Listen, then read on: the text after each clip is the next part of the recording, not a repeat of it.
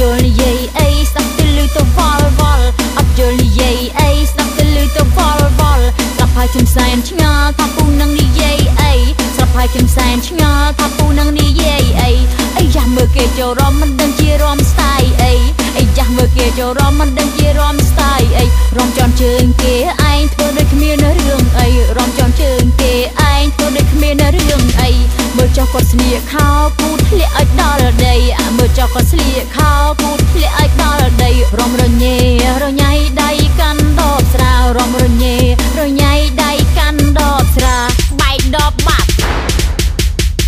និយាយថានៅក្នុងភូមិគ្មានអ្នកណាក៏ដូចគាត់និយាយថានៅក្នុងភូមិគ្មានអ្នកណាក៏ដូចគាត់ណាស់ឲ្យពួកយើងកុំមាត់ឲ្យគាត់កោទៅណាស់ឲ្យពួកយើងកុំមាត់ឲ្យគាត់កោទៅស្រវឹងឲ្យគាត់នៅរំចាក់បត់អីក៏រំត្រូវអ្នកស្រវឹងឲ្យគាត់នៅរំចាក់បត់អីក៏រំត្រូវចាក់សិតតែក្បាច់អន្ទង់ហើយដីឲ្យឡើងទលំចាក់សិតតែក្បាច់អន្ទង់ហើយដីឲ្យឡើងទលំមើលបិទភ្លេងមើលគាត់រំបានទៀតអត់ណែញាក់សាច់ខ្ញុំសុំចាញ់ពួកឯងហើយពូអើយអត់ភ្លេងក៏រំកើតណែចាក់ឲ្យគាត់រំវិញទៅខ្ញុំសុំចាញ់ពួកឯងហើយទៅចាក់ក្បាច់អីក្បាច់ទៀតទៅណែដៃឲ្យកាន់ដបនឹងប្រយ័ត្នតិចណាពូណាប្រយ័ត្នត្រូវគេ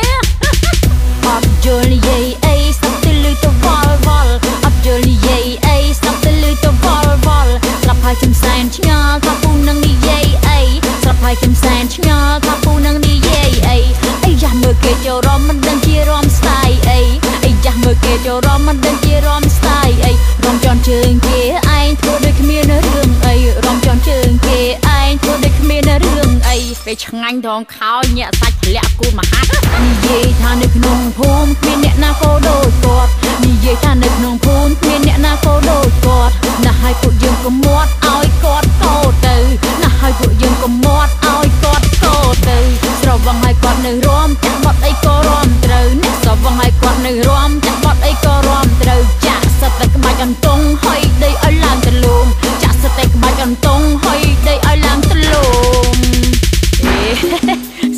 ម្យ៉ាងដែររំមានខ្វល់មកវងរំតែឯងហើយចងេងចងាងតែឯងអត់ខ្វល់អ្នកណាទេសុំស៊ីដាច់ហ្មងហើយមកយប់ហ្នឹងដៃកាន់ដបប្រយ័ត្នផងពូអើយណែបែកបាត់បែកមែន